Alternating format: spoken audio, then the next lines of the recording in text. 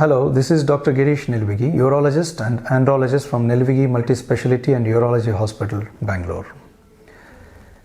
I'll be covering the treatment of PUJ obstruction in this video, and I have already covered the diagnosis and the investigations of PUJ obstruction in my previous videos, so you can go back to my previous videos if you have not seen them.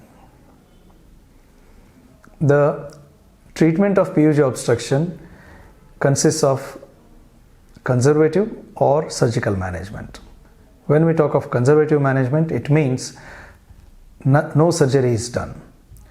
This is done when the PUJ obstruction is just mild. It is not causing any major obstruction to the flow of urine, and when the kidney function is good.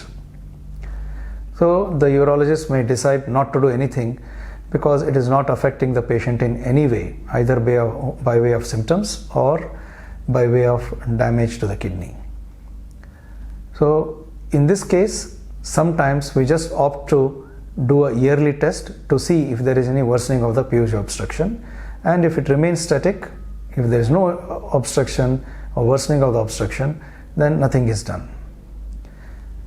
However, when the patient has pain, infection, or if investigation showed that the kidney function is impaired, damaged, or it is affected by PUJ obstruction, then the only treatment is by surgery.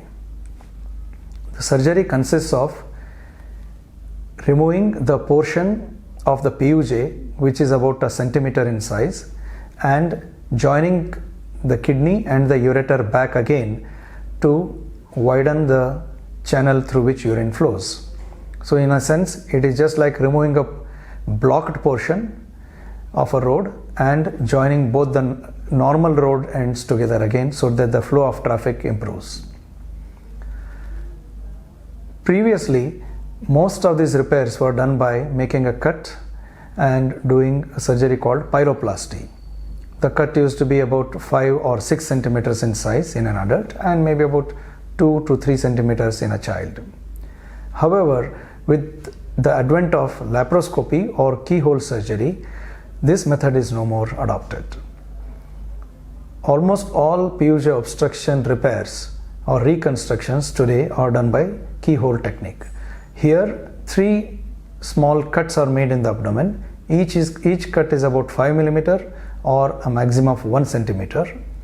Special instruments, including a camera, are inserted near the kidney into the abdomen, and the entire repair is done using this camera and the ports and the instruments.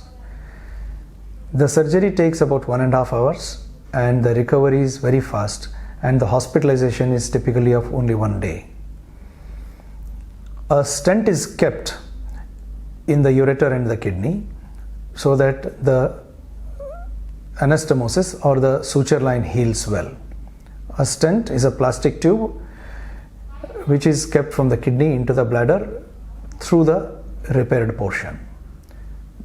The patient can go back home the next day itself and resume his normal activities within 4 to 5 days. The stent is removed at the end of 3 weeks. The removal of the stent is done under local anesthesia and it hardly takes 2 to 3 minutes. The outcome of PUJ obstruction surgeries are excellent with no long-term side effects and no redo surgeries. Thank you for watching this video, and I'll be talking of some other disorder in the next video. Thank you.